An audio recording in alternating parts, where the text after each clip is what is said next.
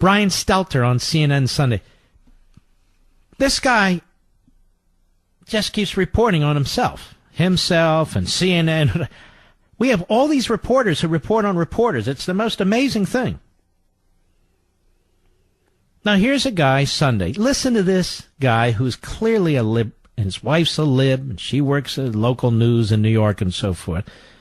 Because you have to be. This is the litmus test over at CNN. Cut, and stupid, by the way. Cut 8, go. The president is supported by a pro-Trump media universe that could not have existed 20 years ago and did not exist even 10 years ago. Largely, it's Fox News and a variety of websites that prop him up and support him almost no matter what. And again, at the rally last night, this was really telling. The president was giving shout-outs to his favorite Fox News hosts, and he used the word we, as in we are winning, we are in this together. He thinks of himself almost as a part of Fox. See, they're just so angry, because there are at least a handful of outlets that don't toe the CNN line. And this drives them nuts. You cannot have competition. You cannot have diversity of viewpoints. Let's say Fox is everything he says it is. On its best average night, the most listened to show on Fox, which is Hannity, has 3.5, 3.7, 4 million listeners. That's a tiny percentage compared to ABC, NBC, CBS, day in, day out, night and day. Tiny. But they can't help it. They have to try and destroy this one media outlet that doesn't play the chorus line for the left. They have to destroy it. That's their goal. And yet Fox is far more diverse than CNN. You've got Shepard Smith, you got other liberals, you got news guys, you got all kinds of stuff going on over there. They're really angry at their primetime lineup. They can't stand the primetime lineup. Especially Hannity and Ingram and Carlson. That they want to do away, because that's the powerhouse over there. That's the powerhouse. And yet, the flip side of the coin is look at CNN. Morning, noon, and night. I've never seen anything like it. And most of you haven't either, because their ratings really are in the toilet. I see this stuff. Do you know, I don't know if I said this, but I'll say it again. My Sunday night ratings are always very high. 10 p.m. Eastern Time. I have a much smaller universe of people who are available to watch TV than, say, if it's a 6 p.m. show or a primetime show and that sort of thing, or a morning show. We had almost 1.4 million viewers Sunday night. That only counts cable, doesn't count all the tributaries and so forth. That is higher than every single show on CNN, whether it's their primetime shows, their morning shows, whatever it is. It's higher than Jake Tapper, Wolf Blitzer, way higher than the dummy Don Lemon, and so forth. Higher than all of them. And I'm doing a 10 p.m. Sunday night show.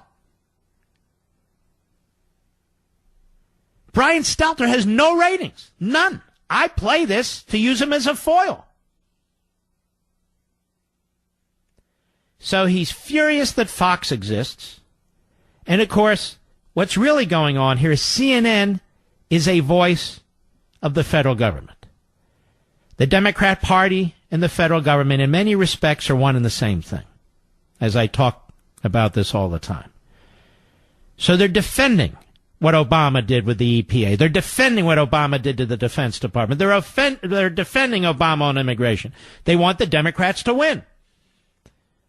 And so even when you have outlets with just a relative handful of viewers or listeners, they cannot abide. They cannot abide it. Period. In many ways, he's a Stalinist. Go ahead.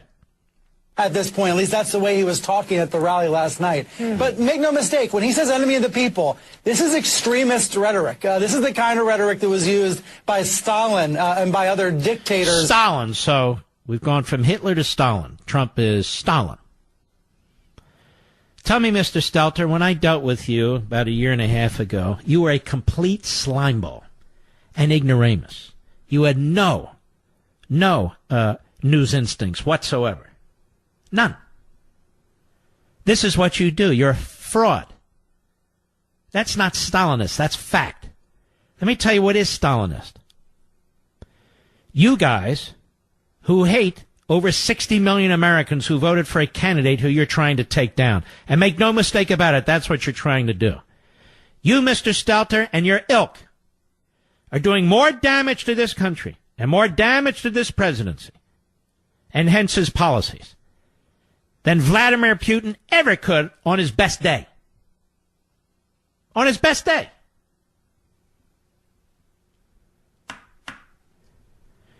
Go ahead. Many decades ago, it has its roots in a very ugly part of our shared history on this planet. I don't even know what he's saying. What shared history on this planet are you talking about, you buffoon? What history are you talking about? Do you even know history? American history? World history? Did you ramble on? Go ahead. The president, when he brings that language back, when he tries to use that language to divide people, it's going to end up being a sad chapter of his presidency. I see, a sad chapter. You're very concerned about that, aren't you? Then we have this lowlife, Bret Stephens, who wasn't good enough for the Wall Street Journal. He bounces over to the New York Times. The libs attack him. Then he, of course, he gets back in line as a lib. He was a Trump hater from day one, a talk radio hater. They didn't even like him at the Jerusalem Post, where he used to edit that paper. He's just a slimeball. Let's see how he contributes to this, a so-called conservative writing at the New York Times, like Jennifer Rubin, another one. Cut 10, go. Now, we had a shooting in Maryland. Fortunately, it was not politically motivated. All right, so why are you bringing it up? We had a shooting in Maryland that was not politically motivated, of those journalists. So what does that have to do with anything related to the president or what he says? We have violent organizations on the left that I think our media are encouraging by the nature of their rhetoric. Trump the Hitler, Trump the Stalin, and so forth. Trump the racist. People hear that too, like the nut who shot Scalise and two other people in Alexandria, Virginia at the baseball game last summer. So they bring up this shooting in Maryland that had absolutely nothing to do with the president. Go ahead. Now, we had a shooting in Maryland. Fortunately, it was not politically motivated, but 5 journalists were murdered. And I think we are marching towards the day when someone who thinks that he is taking directions from the president... Now, you see, if something horrific happens, they're already prepared.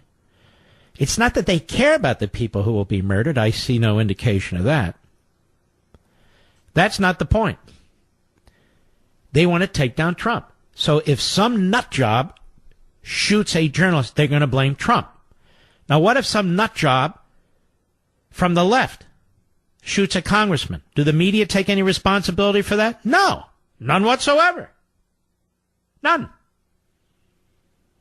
Go ahead. Interests of the American people against those of us presumptive traitors around this table, someone like that is going to do that in a major American newsroom. When that happens, Mr. President, the blood will be on your hands. You see. Now let me ask you, is Bret Stephens encouraging that kind of behavior? Doesn't it sound like it? In his own sick, perverse way? The media keeps saying this.